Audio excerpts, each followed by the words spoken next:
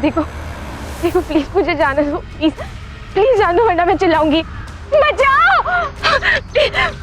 बिल्कुल भी आवाज निकाली ना तो यहीं की यहीं ठंडा कर दूंगा।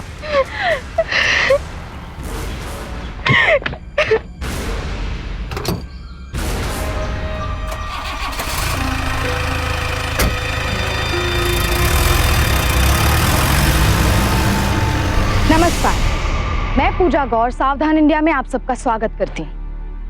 राजनीति यानी कुर्सी और सत्ता की ताकत जिससे देश का भला हो सकता है, उन लोगों का भला हो सकता है जिन्होंने नेता को अपना प्रतिनिधि चुना। लेकिन कई नेता ऐसे भी हैं जो इस ताकत का इस्तेमाल अपने फायदे और अय्याशी के लिए इस्तेमाल करते हैं। आज हम आपको एक ऐसी घटना दिखाने जा रहे हैं जिसने सिर्फ शहर को ही नहीं बल्कि देश भर को दहला कर रख दिया।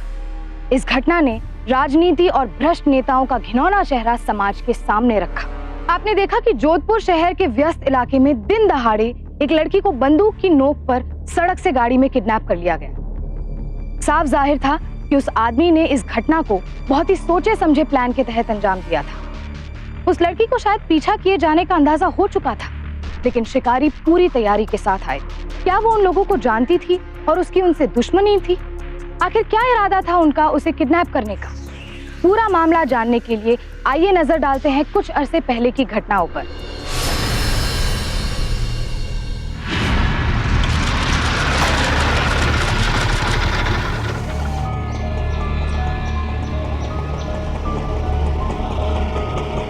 पहली बार ऐसा हुआ है ना माँ कि भैया हमें लेने नहीं आए। सब कुछ ठीक तो होगा ना?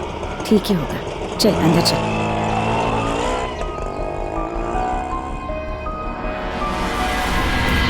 माँ, भैया ये किराएदार क्यों ढूंढ रहे हैं? कोमल, भाभी कैसे हो? बढ़िया। माँ जी, जुग जुग जी हो। क्या हुआ, विकास क्यों नहीं आया स्टेशन पे लेने? माँ जी, इनकी तबीयत ठीक नहीं है। तबीयत ठीक नहीं बताया नहीं फोन पे? आप लोग खामखा परेशान हो जाते। और ये किराए के लिए मकान? अरे मैं इसको हटाना ही भूल गई। माँ जी, आपको पता है ना कि इनका कुछ कामकाज नहीं चल रहा है और घर में भी तो 2 कमरे खाली ही पड़े हैं, तो हमने सोचा थोड़ी सी मदद हो जाएगी। आप लोग अंदर आइए ना। चलिए चलिए। विकास, विकास। माँ जी आ गई। माँ आप आ गई? खुश रहो बेटा। कैसे भैया? अरे अच्छा हूँ, तू कैसी है? मैं तो फर्स्ट क्लास। विकास, ये बात छुपाने की आदत कब से लगी तुझे? ऐसे ही थोड़ा बुखार है, ठीक हो जाएगा। सब ठीक हो जाएगा। अब मैं आ गई हूँ ना, तू चिंता मत कर। मैं रसोई संभालूंगी और हाँ, कोमल को भी नौकरी मिल जाएगी तो आर्थिक स्थिति सुधर जाएगी। आप लोग हाथ मुंह धो लीजिए, मैं चाय चढ़ाती हूँ। हाँ चल बेटा, आराम कर। हो गई तेरी तैयारी? कहाँ का इंटरव्यू है तेरा आज?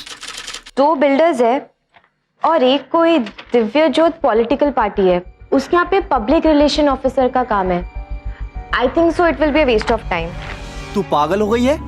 दिव्य ज्योत पार्टी सत्येंद्र सिंह की पार्टी है। तुझे पता नहीं कितनी बड़ी अपॉर्चुनिटी मिली है, बहुत बड़े लोग हैं। अगर तेरा जॉब वहां लग गया कोमल ना, तेरी लाइफ यू टर्न ले लेगी। विकास, ये तुम जो बोल रहे हो ना, यू टर्न, ये शॉर्टकट, मुझे समझ नहीं आते, लेकिन मुझे तो लगता है बस कोमल को एक रिसेप्शनिस्ट की नौकरी मिल जाए तो अच्छा है। क्या है ना, हम तो मिडिल क्लास लोग हैं और सत्येंद्र सिंह बहुत बड़ा आदमी है, कोई जरूरत नहीं वहां जाने की। कम ऑन माँ, आप नहीं जानती सत्येंद्र सिंह इस वक्त फुल फॉर्म में चल रहा है और उसका कद बढ़ रहा है। देखिए,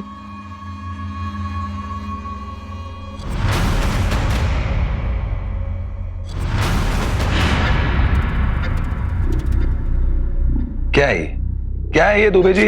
क्या रिपोर्टर का लिफाफा नहीं पहुंचा था? कैसी फोटो छापी आप लोग बिना कसम से। सर वो पब्लिक रिलेशन ऑफिसर के लिए इंटरव्यूज लाइन अप करने हैं, तो जरा नजर डाल लीजिए। ये देखिए।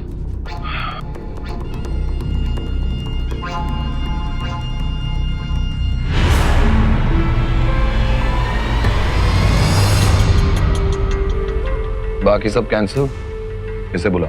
सर और भी कैंडिडेट्स हैं जो इससे ज्यादा क्वालिफाइड हैं। मुझे जो चाहिए वो इसी में। कितना हुआ भैया जी? ऐसा कैसे हो सकता है? It's so beautiful. It's so beautiful. मेरी चॉइस तो कभी गलत हो ही नहीं सकती।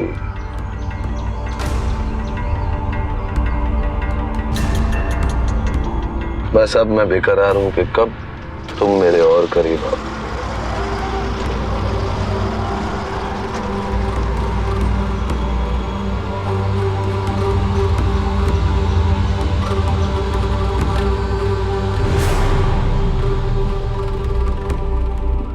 सारा रोमांस यही करना है? गेस्ट हाउस के लिए भी कुछ बचा लो। गेस्ट हाउस के लिए तो सब कुछ बचाया हुआ है डार्लिंग। सब? हाँ चलो।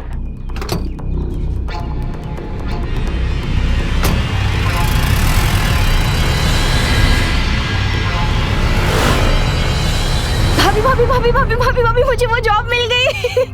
सच्ची? अरे क्या हुआ, हमें भी बताओ। भाई आपको पता है मुझे वो जॉब मिल गई। Thanks to you. अगर आपने मुझे मोटिवेट नहीं किया होता ना तो मैं इंटरव्यू के लिए भी नहीं जाती। और आप लोगों को पता है सैलरी कितनी है? 30,000 रुपए। 30,000?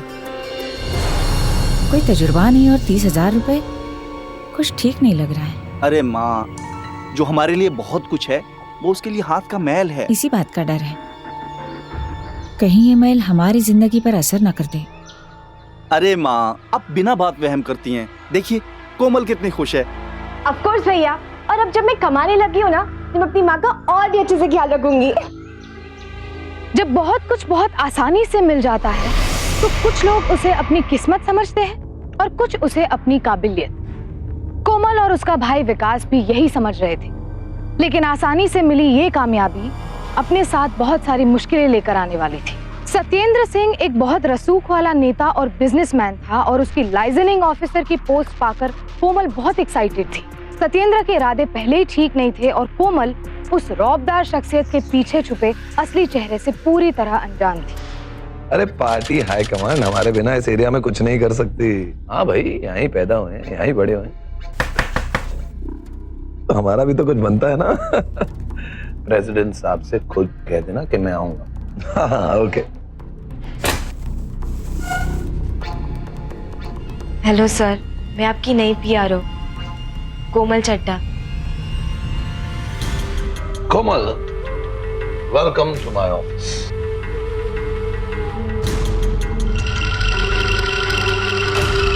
आइए बैठिए, take a seat. So miss Komal, मुझे ज्यादा टाइम वेस्ट करना पसंद नहीं। आपका काम यहां होगा लोगों को मेरे बारे में बताना। इसका मतलब आपको मेरे बारे में सब कुछ जानना भी होगा। तो सबसे पहले आपसे शुरू करते हैं। पहले आप मुझे अपने बारे में सब कुछ बताइए। सर मैं पहले दिन पे ही mistake. No sir, call me Indra. मेरे सारे दोस्त मुझे इंद्र ही बुलाते। क्या करें, काम ही कुछ ऐसा है। वैसे जब तक तुम मेरी दोस्त नहीं बनोगी तो कुछ हो नहीं पाएगा।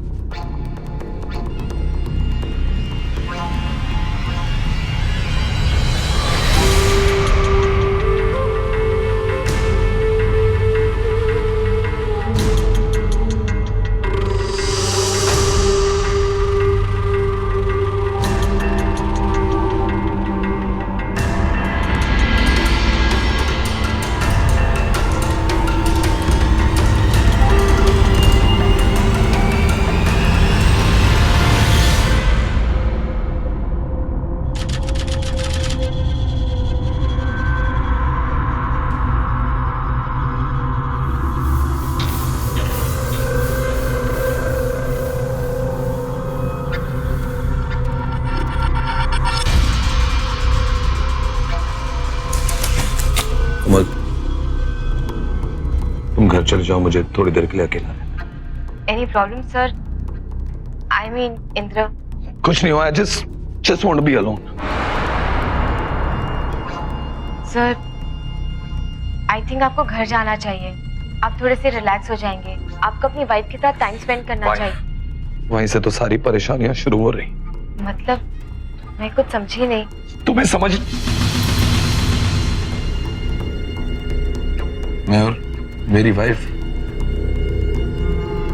काफी वक्त से एक दूसरे से अलग रहते हैं। मैं बहुत प्यार करता हूं उससे, पर वो मैंने पता किया कि वो किसी और के साथ। मैं उससे इतना प्यार करता हूं कि मैं उसे तलाक देने के लिए भी तैयार हूं, पर वो मेरी वाइफ डिवोर्स देने में भी बहुत प्रॉब्लम खड़ी कर रही है। वो सतेंद्र सिंह जिसे लोग सलाम करते हैं कमजोर पड़ गया। आप प्लीज ऐसा मत सोचिए, आप इतने अच्छे इंसान हैं कि आपके साथ कुछ बुरा हो ही नहीं सकता। तुम्हें क्या बताऊं कोमल, मैं कितनी रात यहाँ अकेले अकेले रोते रोते गुजारता हूं। मैं टूट चुका हूं कोमल, मैं टूट चुका हूं। Sir, sir, Indra sir, sir please. I am sorry, मैं ज्यादा इमोशनल हो गया। सॉरी, मैं तुम्हें घर छोड़ देता हूँ। नहीं नहीं सर, नहीं सर, मैं चली जाऊंगी। तुम्हारे साथ मैंने थोड़ी देर बात कर ली, अच्छा लग रहा है मुझे। अगर थोड़ा और वक्त तुम्हारे साथ बिता लूंगा तो मन हल्का हो जाएगा। Please please come, please.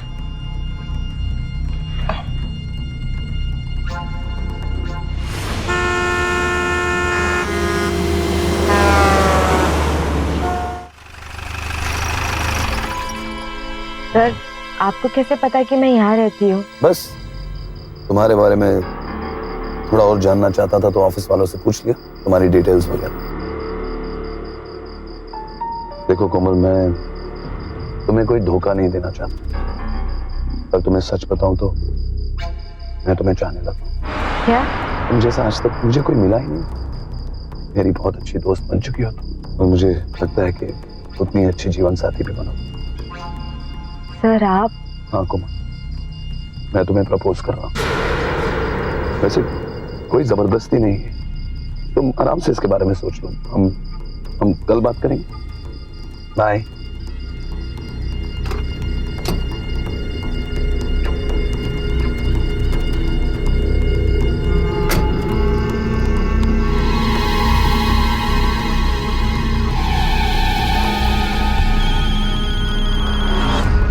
हाँ सिमरन डालेंगे। हाँ बस तुम्हारे बारे में ही सोच रहा हूं।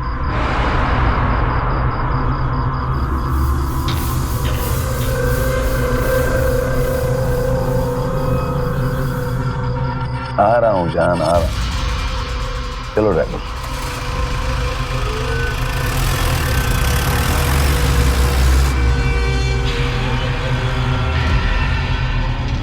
क्यों भाई, छुपी रुस्तम? इतनी लंबी गाड़ी में कौन छोड़ने आया था? क्या भाभी आप भी? वो सतेंद्र जी थे, घर आने में लेट हो रहा था तो वो छोड़ने आ गए। ओ,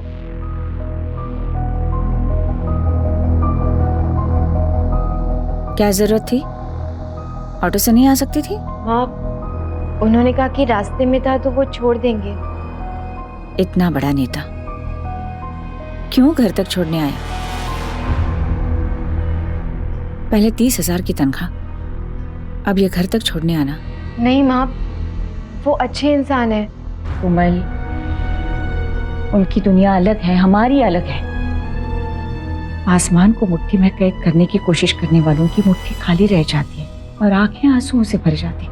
देख, उनको अपने नजदीक न आने देने में ही तेरी भलाई है। आइंदा वो घर तक छोड़ने की बात करेंगे तो साफ मना कर दे।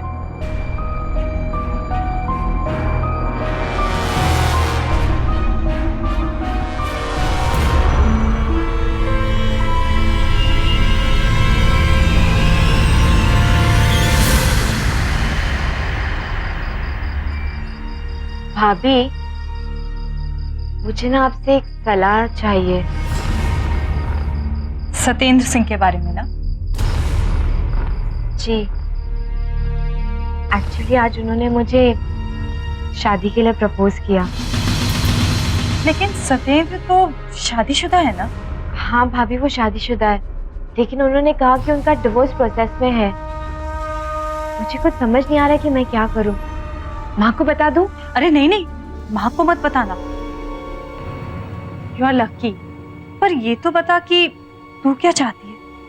मुझे कुछ भी समझ में नहीं आ रहा भाभी। कोमल जरा सोच, तू इसी शहर में नौकरी के लिए आई, सत्येंद्र सिंह के यहाँ तूने पहला इंटरव्यू दिया और नौकरी भी मिली, और अब ये प्रपोजल। किस्मत कोई ना कोई इशारा तो दे रही। थैंक यू सो मच भाभी।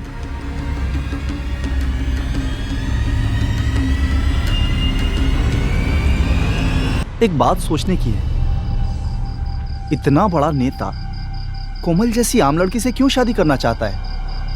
ओफो, अब तुम शक करने मत लग जाओ। अगर सत्येंद्र सिंह को कोई गड़बड़ ही करनी होती तो वो प्रपोज ही क्यों करता? जरा सोचो, थोड़ा ना दिमाग से सोचो। अगर सत्येंद्र सिंह के साले बन गए तो तुम्हारी निकल पड़ेगी। सुना है ना, सारी खुदाई एक तरफ और चोरू का भाई एक तरफ। सत्येंद्र सिंह की मेहरबानियां कोमल पर बढ़ने लगी थी। उसकी नर्म और मीठी बातें कोमल को बहा ले गई। दूसरी तरफ जिन्हें उसे सही रास्ता दिखाना चाहिए था, वो सिर्फ अपने बारे में सोच रहे थे। सत्येंद्र के रौब रुतबे और पैसों ने कोमल के भैया भाभी की आंखों पर पट्टी बांध दी थी। अगर इतने बड़े आदमी की शादी कोमल से होती तो उसका फायदा उन्हें भी मिलना ही था। कोमल की भाभी चांदनी और भैया विकास ने अपने सुनहरे भविष्य के सपने देखने शुरू कर दिए थे और सत्येंद्र ने कोमल को अपने जाल में फंसा लिया था।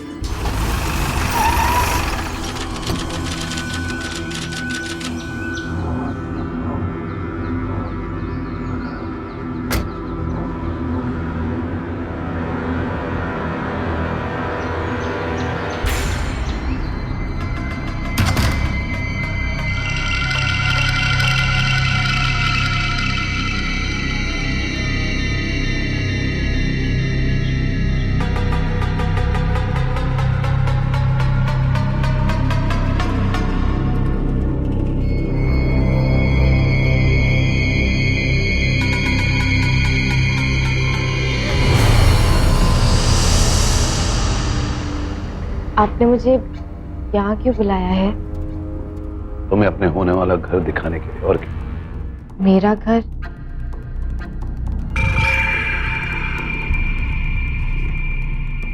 ये तुम्हारे लिए। तुम मुझे एक्सेप्ट करो ना करो, मैं तुमसे बहुत प्यार करता हूं। तुम देखना कोमल, जैसे ही मेरा डिवोर्स हो जाएगा मैं आऊंगा तुम्हारे घर हमारे रिश्ते की बात करने के लिए। I love you, Komal.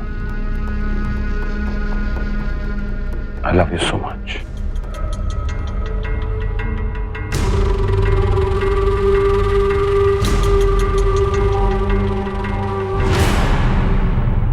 सब प्लीज, शादी के पहले ये सब ठीक नहीं है। कोमल, ये सब शादी, ये सब रिश्ते दुनियादारी हैं, मैं इनमें नहीं मानता। देखो कोमल, तुम चाहे मेरी फीलिंग समझ पाओ या नहीं, पर मैं तुमसे बहुत प्यार करता हूं। एक बार बस मेरी आंखों में आंखें डालकर कह दो कि यू डोंट लव मी। तुम्हें कभी परेशान नहीं करूं।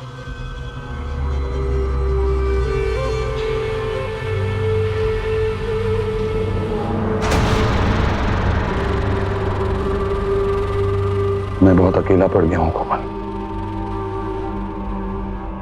तुम नहीं जानती मैंने क्या क्या सहा है।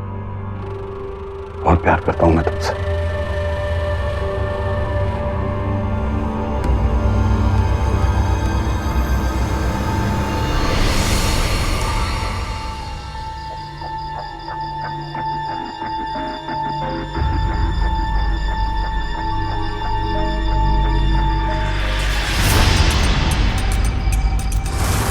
तुम मुझे एक्सेप्ट करो ना करो, मैं तुमसे बहुत प्यार करता हूं।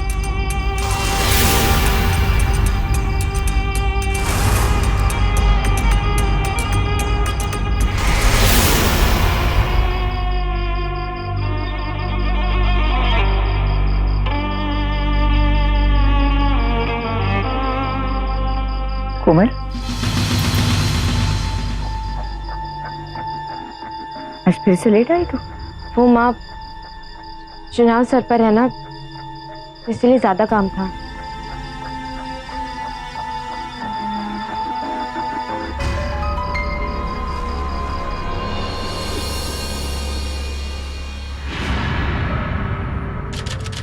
हम सबको हमारे रिश्ते के बारे में कब बताएंगे Indira?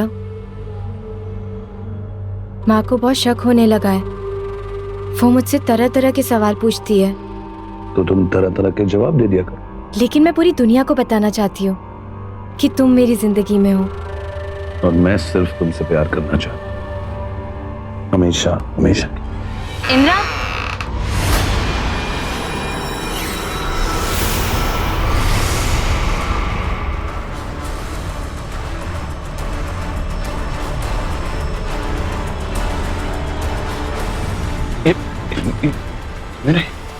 You cheat, I hate you. तुम कभी सुधरोगे नहीं ना। पिछली बार जब मैंने तुम्हें उस गंदी औरत के साथ देखा था, तब तुमने मुझसे वादा किया था कि तुम ये ऐसी गलती नहीं करोगे, और आज मैं वहां क्लिनिक में सोनोग्राफी के लिए तुम्हारा वेट कर रही थी, और तुम यहाँ। मुझे ये बच्चा नहीं चाहिए। नहीं, मुझे ऐसे गंदा इंसान का बच्चा नहीं चाहिए। समीरा मेरी बात सुनो, ये तुम गलत समझ रही हो। ये ऑपोजिशन वालों की चाल है। ये लड़की भोली भाली बन के मुझसे मदद मांगने आई थी ऑफिस में, और ये खुद ही मुझसे लिपट गई। मेरी कोई गलती नहीं है। यू नो दिस, ये मेरी चॉइस नहीं है। इसकी शक्ल देखो। Leave right now, leave. सुना नहीं? निकलो।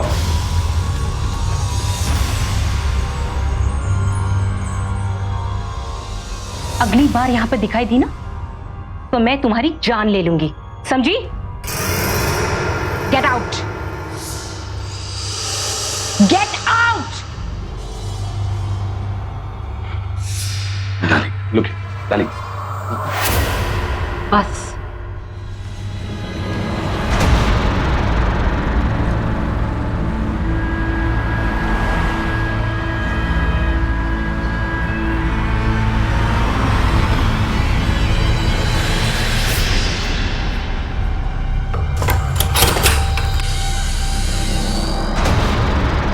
आज फिर से लेट आई तू?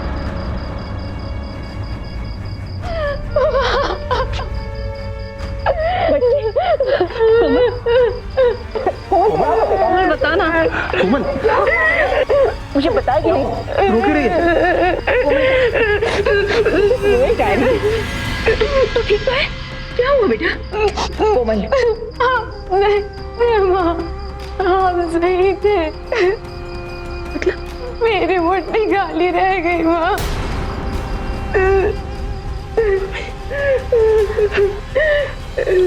अक्सर ऐसे क्राइम केसेस देखने में आते हैं जिनमें शादीशुदा मर्द झूठ के बल पर लड़कियों को अपने प्यार के जाल में फंसाते हैं।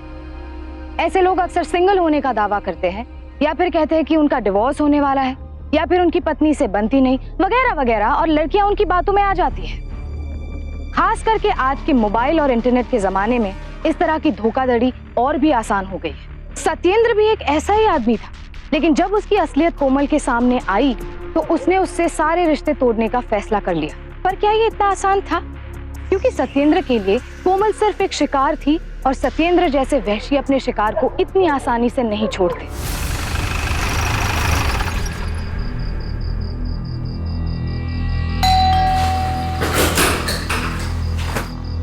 तलाशी लो, अच्छे से देखना है कि कमरा। अरे लेकिन आप लोग हैं कौन और घर में ऐसे कैसे घुस रहे हैं? हम सत्येंद्र साहब के प्राइवेट सिक्योरिटी के लोग हैं।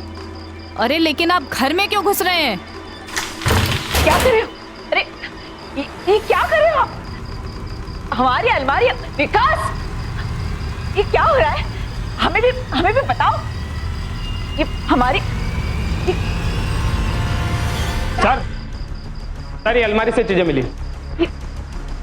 साहब ने फोटो दिया, उससे मैच हो रही सर।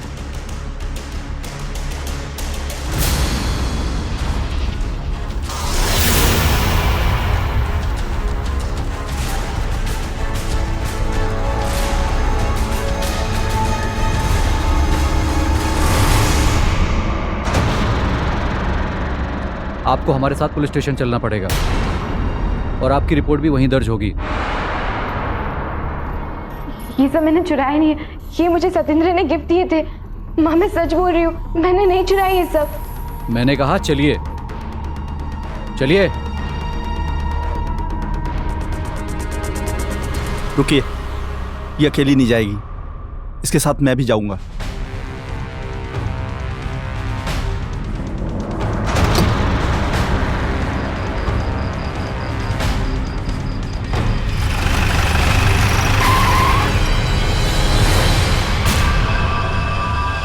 आप हमें यहाँ पर क्यों लेकर आए हो? सत्येंद्र साहब का यहीं लाने का हुक्म था। चलिए।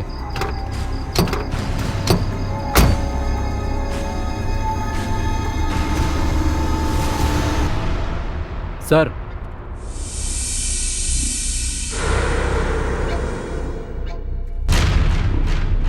इसे क्यों लाया? ये अपनी बहन के साथ आना चाहता था।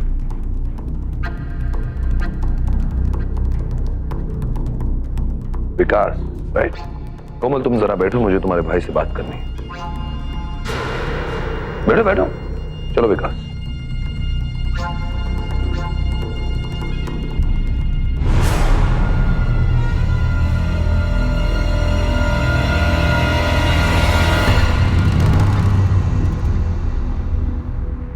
विकास चड्ढा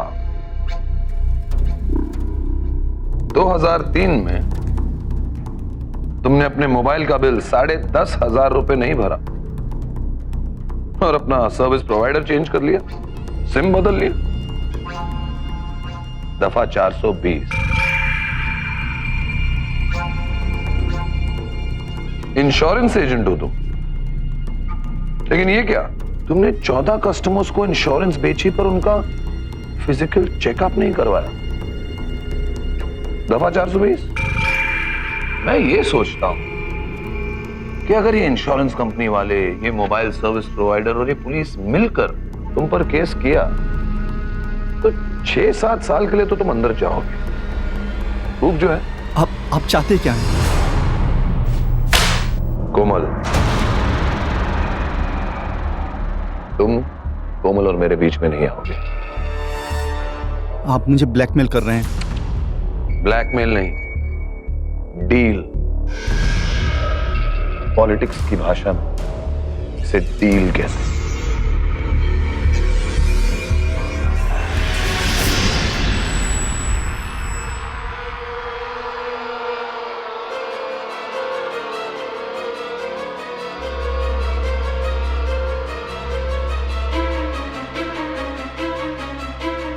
भैया, मैं घर जा रहा हूं। भैया, यहाँ मुझे अकेला छोड़कर? सॉरी कोमल। तुम्हारा भाई तुमसे ज्यादा समझदार है। विकास, जरा जाते जाते दरवाजा बंद कर जा।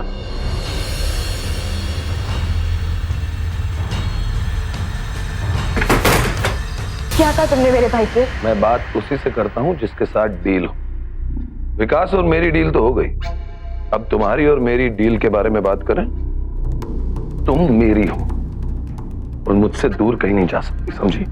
झूठे हो तुम। झूठा? अरे झूठा तो मैं हूं ही। सबसे बड़ी हकीकत तो इस वक्त यह है कि तुम्हारा पूरा परिवार जेल से बाहर है मेरी वजह से। अब इतनी दरिया दिली मैंने दिखाई है तो इनाम दोगी ना? चलो। तू बोलता क्यों नहीं? अरे कोमल कहाँ है? कहाँ छोड़ के आया उसे? बोल बोल। माफ करना मां, सत्येंद्र बहुत ताकतवर नेता है, हम उससे लड़ नहीं सकते।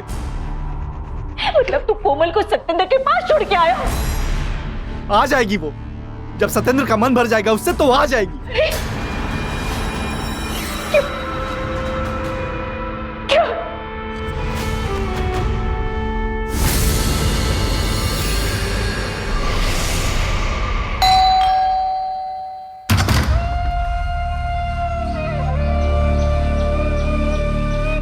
कोमल,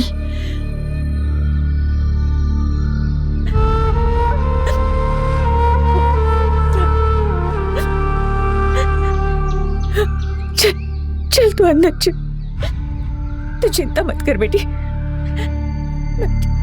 बैठ। हम यहाँ नहीं रुकेंगे, 1 मिनट नहीं रुकेंगे। हम चले जाएंगे। माँ, आप नहीं जा सकती, उसके हाथ बहुत लंबे हैं। कोमल को तो ढूंढ ही लेगा और हमको भी बर्बाद कर देगा। कैसा भाई है तू?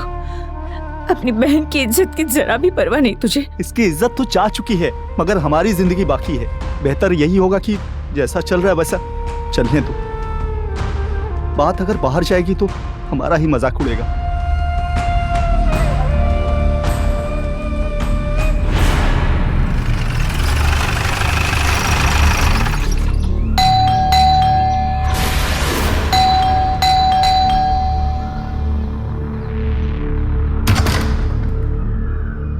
साहब ने गाड़ी भेजी है। कैसा राक्षस है तेरा साहब। 2 दिन बाद मेरी लड़की घर लौटी और फिर से कह दो नहीं आएगी वो। माँ जी कोमल अपने कमरे में नहीं है। कोमल, कोमल देखा, चली गई वो। जा अपने साहब को बोल दे, भाग गई है वो।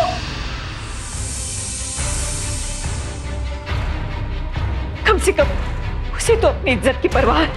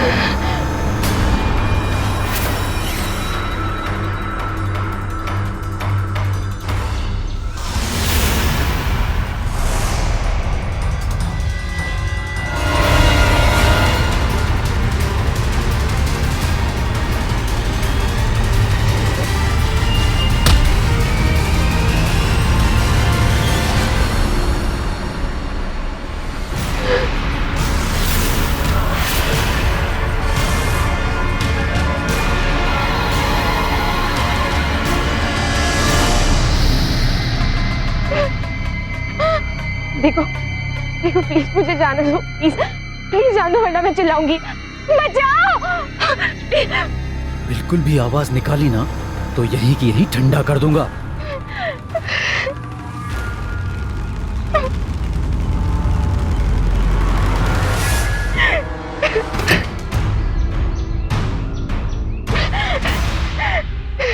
कहाँ चली गई थी? मुझे छोड़कर कहाँ चली गई थी तुम? मेरे बारे में जरा सा भी नहीं सोचा कि तुम अगर कहीं चली जाओगी तो मुझ पर क्या बीतेगी। कहा था ना मैं कि तुम मुझे छोड़कर इस दुनिया में कहीं नहीं जा सकती। क्यों गुस्सा दिलाया मुझे? अब मेरा ये गुस्सा तुम ही पर तो निकलेगा। चलो ड्राइवर। अरे समझती क्या हो तुम अपने आप को? हाँ,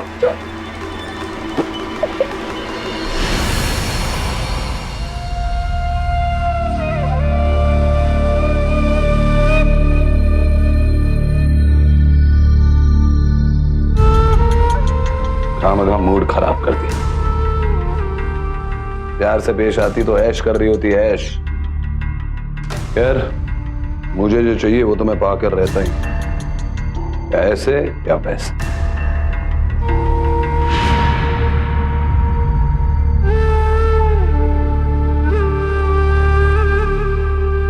कहा था ना कि तुम मुझे छोड़कर इस दुनिया में कहीं नहीं जा सकती, कहीं भाग नहीं सकती तुम मुझसे।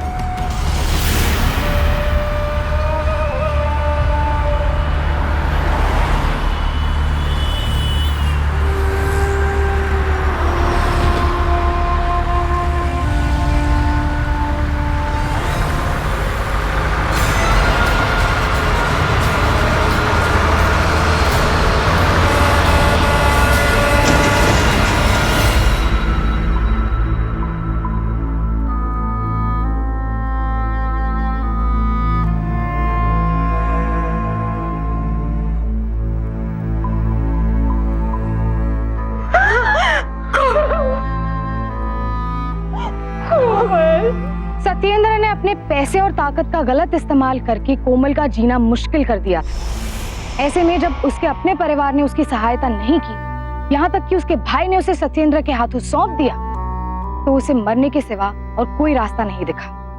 दरअसल ऐसे में कोमल को पुलिस के पास जाना चाहिए था। अगर लोकल पुलिस के कुछ लोग उससे मिले हुए थे तो उसे हायर अथॉरिटीज को अप्रोच करना चाहिए था, लेकिन वो बुरी तरह टूट चुकी थी और अकेली पड़ गई थी और हताश होकर उसने आत्महत्या कर ली। क्या सत्येंद्र यूं ही मासूम लड़कियों को अपना शिकार बनाता रहेगा? आखिर कौन दिलाएगा उसे उसके किए की सजा? पोस्टमार्टम की रिपोर्ट से भी आपको पता चलेगा कि मेरी बेटी का शारीरिक शोषण किया है सत्येंद्र ने। देखिए मैडम, हो सकता है आप जो कह रही हो वो ठीक हो, लेकिन इससे ये बात साबित नहीं होती कि सत्येंद्र जी गुनहगार हैं। आपने खुद ही कहा ना कि आपकी बेटी अपनी मर्जी से उनके पास जाया करती थी, तो शोषण का मुकदमा ही नहीं बनता। एक बार कोमल ने जाने से मना कर दिया तो सत्येंद्र ने गार्ड भिजवाए थे। देखिए मैडम, जहां तक हमारी जानकारी है उस पर चोरी का इल्जाम था और उसकी आर्थिक स्थिति को देखते हुए सत्येंद्र जी ने रिपोर्ट भी दर्ज नहीं कराई थी। नाटक है वो, राक्षस है वो, मेरी बेटी की मौत का जिम्मेदार है वो। अच्छा मान लेते हैं, आपके पास सबूत है कोई? सबूत आप ढूंढेंगे ना, वो बड़ा नेता है इसलिए आप हमारा साथ नहीं देंगे। देखिए मैडम, जब तक कि कोई ठोस सबूत ना हो हम इतनी बड़ी पब्लिक फिगर पर हाथ नहीं डाल सकते। आप कुछ नहीं कर सकते हैं ना, लेकिन मैं करूंगी। मैं जाऊंगी उस पब्लिक फिगर के पास, सत्येंद्र के पास, और उसकी आंखों में आंखें डालकर मैं उसको पूछूंगी। मैं लूंगी हिसाब मेरी बेटी की मौत का, समझा? माँ जी। माँ, अरे काम नहीं चलेगा 1,500 लोगों से। सत्येंद्र सिंह। अरे कहाँ जा रही हैं आप? अरे रुकिए ना। हटिए। अरे आप ऐसे नहीं कर सकते। मुझे बदतमीज, सीनियर सिटीजन है और तुम इस तरह बर्ताव करोगे? बहुत बुरा लगा आपकी बेटी के बारे में सुनकर, बहुत बुरा लगा हमें। पर आजकल के नौजवानों को हो क्या गया है, कोई भी समस्या हो, कोई भी परेशानी हो, बस सुसाइड। ऐसे अम्मा जी, हमने सुना आप रिपोर्ट लिखवाने गई। क्या होगा रिपोर्ट लिखवा के? अगर आप रिपोर्ट लिखवा भी लेती ना तब भी कुछ नहीं होता। चश्मदीद गवाह ने तो कह दिया है कि आपकी बेटी खुद कूदी थी गाड़ी के सामने। कुछ नहीं कर सकती आप। मैं तुम्हें बचकर नहीं जाने दूंगी। मैं मेरी बेटी के हत्यारे को नहीं बख्शूंगी। मैं समझ सकता हूं, जवान बेटी की मौत हुई है, सदमे में। पर आपको एक बात बताएं अम्मा जी, कुछ प्रूव नहीं कर सकती आप। सब राजनीति है, ऑल पॉलिटिक्स। हम तो बहुत आसानी से साबित कर देंगे। ये सब चाल है ऑपोजिशन पार्टी की, षड्यंत्र है वो देश सुधार पार्टी वालों का। उमा का मुकाबला इलाके के बेहद ताकतवर आदमी के साथ था, जिसकी पॉलिटिक्स और सिस्टम में बहुत चलती थी, लेकिन उसे अपनी बेटी को इंसाफ दिलाना था। वो हैसियत में छोटी और कमजोर थी और ज्यादा पढ़ी लिखी भी नहीं थी, लेकिन उसने अपनी हिम्मत नहीं हारी थी। अपनी बेटी को तो खो चुकी थी, लेकिन उसके गुनहगार को यूं आजाद घूमने नहीं दे सकती थी। हम जरूर मदद करेंगे आपकी, लेकिन मैडम ये बताइए कि आपके पास ऐसा कोई सबूत है जिससे हम साबित कर सके कि सत्येंद्र सिंह ने आपकी बेटी का शोषण किया है? पोस्टमार्टम होने वाला है उसका, रिपोर्ट अपने आप सब कुछ बता देगी। सर हम डीएनए जांच की मांग तो कर सकते हैं ना? हाँ कर तो सकते, लेकिन कोई फायदा नहीं होगा। इससे सिर्फ हम संबंध साबित कर सकेंगे, शोषण नहीं। हाँ, पॉलिटिक्स में जो सत्येंद्र सिंह की साख है ना, वो कुछ कम हो सकती है।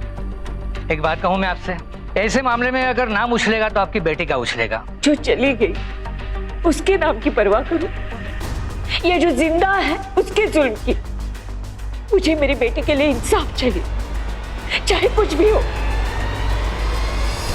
विपक्षी दल यूं भी विरोधी नेता की कमजोरियों की तलाश में रहते हैं, और इसी सब के चलते कोमल की मौत अब एक पॉलिटिकल मुद्दा बन चुकी थी। डीएनए टेस्ट से ये भी सिद्ध हुआ कि सत्येंद्र और कोमल के बीच शारीरिक संबंध बनाए गए थे, लेकिन ये सिद्ध होना अभी दूर की बात थी कि सत्येंद्र ने उसे आत्महत्या करने के लिए उकसाया था। सत्येंद्र ने अपना पक्ष रखा। उसके मुताबिक कोमल ने नशे में आकर खुद उसे संबंध बनाने को मजबूर किया था। सत्येंद्र एक मंजा हुआ खिलाड़ी था और उसका गुनाह साबित करना इतना आसान नहीं था। अब कोई ऐसे सबूत की जरूरत थी जिससे सत्येंद्र का वहशी चेहरा सबके सामने बेनकाब हो सके।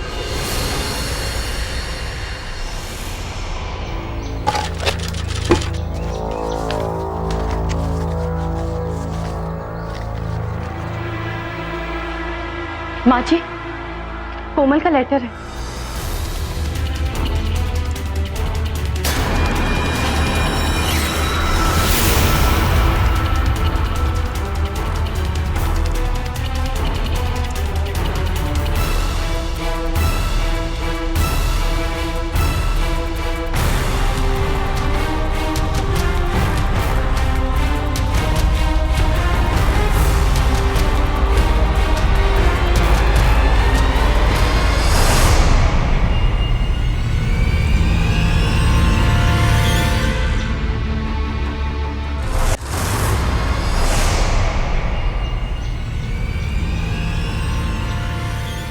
माँ, माफ कर देना, आपकी बात नहीं मानी, उसकी सजा भुगत रही हूँ। मैं समझती रही कि सत्येंद्र मुझसे प्यार करता है, उसने मुझे शादी का वादा किया, लेकिन उसे तो केवल मेरा शरीर चाहिए था। मेरी वजह से आपको मानसिक परेशानियां झेलनी पड़ी। सोचा था घर से भागकर उससे निजात मिल जाएगी, लेकिन सत्येंद्र ने मुझे पकड़ लिया और फिर जबरदस्ती वही सब किया मेरे साथ। ठीक कहता है वो, इस दुनिया में उससे पीछा नहीं छुड़ा पाऊंगी, इसीलिए उस दुनिया में जा रही हूँ माँ, आपकी कोमल।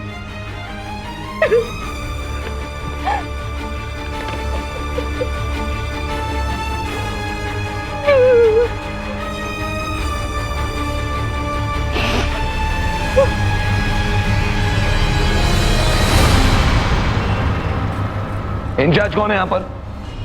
हेलो, क्यों बुलाया मुझे यहाँ पर? सर ऊपर से आदेश। सबूत क्या है तुम्हारे पास? ये सुसाइड नोट। तो सुसाइड नोट है मतलब लड़की ने खुदकुशी की है, मैंने नहीं मारा उसे। कोमल ने आपके लेटर हेड पर सुसाइड नोट लिखा, इसमें उसने अपनी मौत का जिम्मेदार आपको ठहराया है।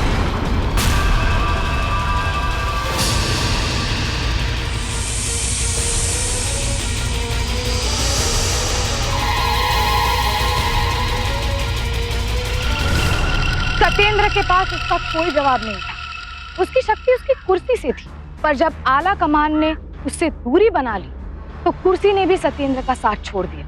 आखिर उमा का संघर्ष बेकार नहीं गया और सत्येंद्र सिंह को कोमल को शादी का झांसा देकर उसका सेक्सुअल एक्सप्लॉयटेशन करने के जुर्म में आईपीसी की धारा 376C, उसे आत्महत्या के लिए उकसाने के जुर्म में आईपीसी की धारा 306 और अपनी पोजीशन का गैर कानूनी इस्तेमाल करने के जुर्म में आईपीसी की धारा 376 के तहत 14 साल की सजा हुई। कोमल को बिना किसी मेरिट के इतनी बड़ी और ज्यादा सैलरी की जॉब मिलने पर सावधान हो जाना चाहिए था। सत्येंद्र के उस पर बिना वजह मेहरबान होते वक्त भी उसे सावधान रहना चाहिए था। आखिर वो उसका बॉस था और उसे अपने बॉस से इतने कीमती गिफ्ट्स नहीं लेने चाहिए थे, बल्कि उसे सत्येंद्र की पिछली शादी के बारे में तफ्तीश करनी चाहिए थी। कोमल को आत्महत्या करने की बजाय अपने सम्मान के लिए कानून का सहारा लेना चाहिए था, जैसे कि उसकी माँ उमा ने किया। कोमल तो मर चुकी थी, लेकिन अब कोई दूसरी कोमल उस वहशी का शिकार नहीं बन सकी। राजनीति पावर देती है, लेकिन उसका गलत इस्तेमाल करने वालों को कुर्सी से उठाकर जमीन पर फेंक भी देती है। फिर होगी आपसे मुलाकात जुर्म से जंग की सच्ची घटना के साथ। तब तक सावधान इंडिया, इंडिया फाइट्स बैक।